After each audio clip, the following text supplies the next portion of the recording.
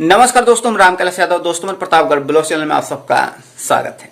आज दोस्तों हम बात करूंगा, अगर हमारे गाय भैंस को बीमा कराना है तो इसमें हमें क्या क्या बेनिफिट मिलता है। जैसे कि हमारी गाय भैंस का ज़्यादा से ज़्यादा कितनी कीमत होनी चाहिए, कम से कम कितनी कीमत होनी चाहिए, अगर मर जाता तो हमें कितनी पैसे मिलते हैं, बीमारी से मर जाता है तो कितना पैसा मिलता है, या अन्य किसी कारणवश मर जाता है तब कितना पैसा मिलता है, या चोरी हो जाता है तब हमें जो है कितने पैसे बीमा की तरफ से मिलता है, और बीमा होता कहाँ से है, हमें बीमा कराना है तो कहाँ जाना पड़ेगा, और बीमा कराना क्या ज़रूरी है या नहीं ज़रूरी है। दोस्तों आज हम इस वीडियो में बताने वाला हूँ।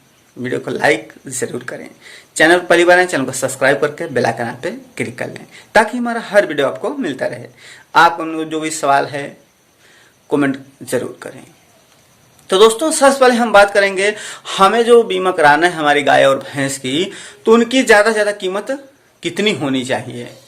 अगर हम ज़्यादा से ज़्यादा कीमत की बात करते हैं तो इसमें एक लिमिट होता है। ऐसा नहीं कि आप लिखा दिए 2 लाख 5 लाख, तो ऐसा नहीं है।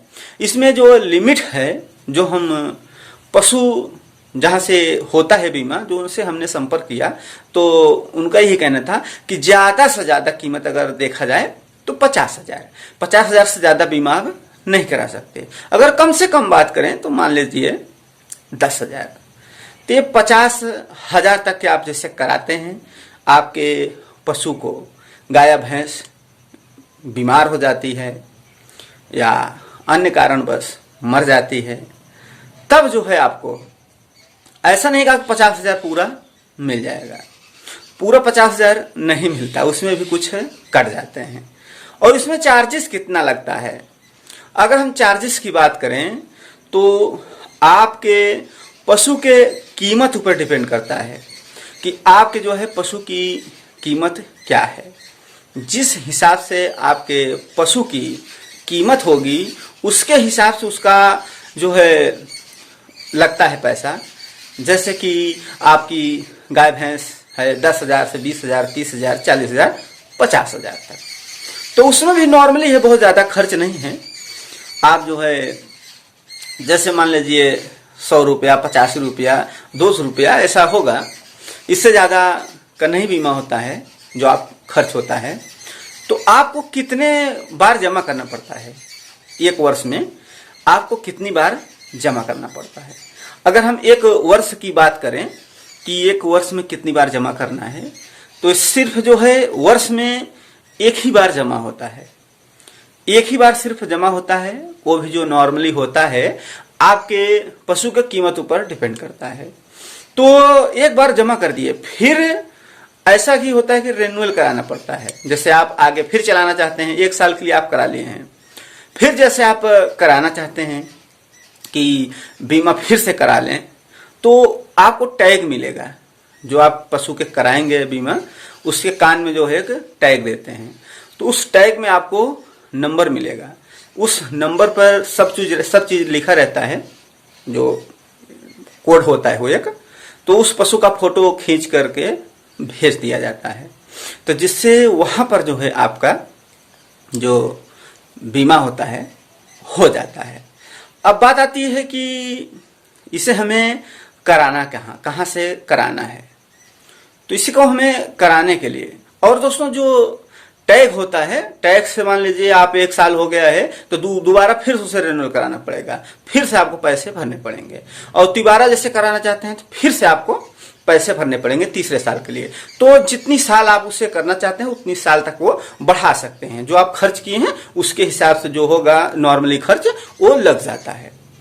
अब बात आती है दोस्तों कि ये होता कहाँ से है।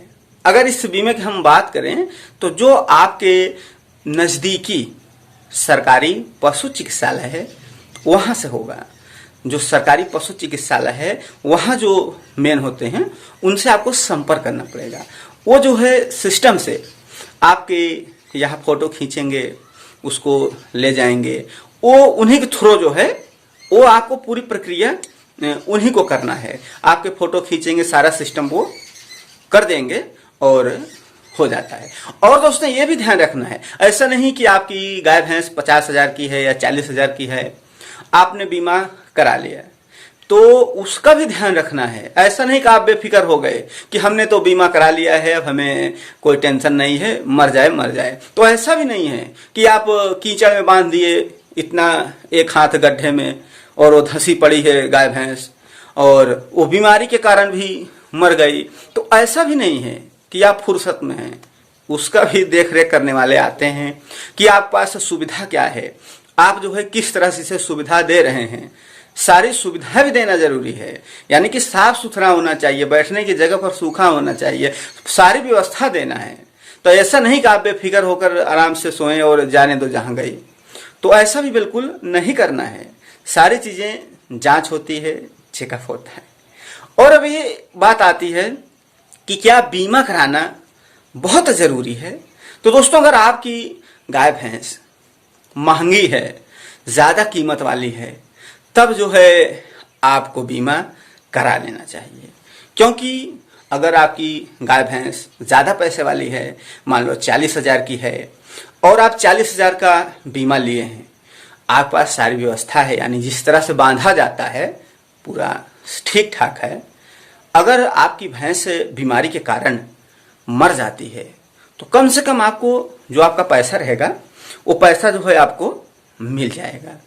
जैसे 40,000 का है तो 40,000 नहीं मिलेगा, उसमें से लगभग 2,000-3,000 रुपया या 5,000 तक कम हो करके मिल जाते हैं। तो इसके लिए आपकी ज्यादा कीमत की अगर गाय भैंस हैं तो बीमा अवश्य कराएं, और कम कीमत की है तो भी आप करवा सकते हैं, नॉर्मली है। अब लास्ट पॉइंट आता है कि हम जब बीमा करा लेते हैं, मान लीजिए जैसे हमारी गाय भैंस चोरी हो गई, क्योंकि दोस्तों चोरी होना भी एक बहुत बड़ी बात होती है, काफी मायने रखता है। अगर ऐसा भी होता है कि हमने 50,000 की भैंस लिया, 40,000 की भैंस लिया, हमारे पास बीमा है, तो आपको ऐसा लगेगा कि हमें इसका बीमा करा लेना चाहिए। जब भी हम बीमा कराए रहेंगे, अगर हमारी भैंस जो है, गाय कोई चोरी कर ले जाता है, चुरा ले जाता है, अधिकतर जो है रात में डर बना रहता है। महंगी है गाय, महंगी जो भैंस है, इसके लिए डर बना रहता है। तो इसके लिए कुछ किसान भाई इच्छुक होते हैं, लेकिन एक बात हम और आपको कहना चाहूंगा कि जो आपकी चोरी में जाएगी गाय भैंस, उसका कोई गिनती नहीं होता। अगर कोई चोरी कर ले गया तो उसमें आपको पैसे नहीं मिलेंगे, बाकी मर जाती है तो आपको पैसे मिलेंगे। दोस्तों हमें उम्मीद है आप लोग समझ में आ गया।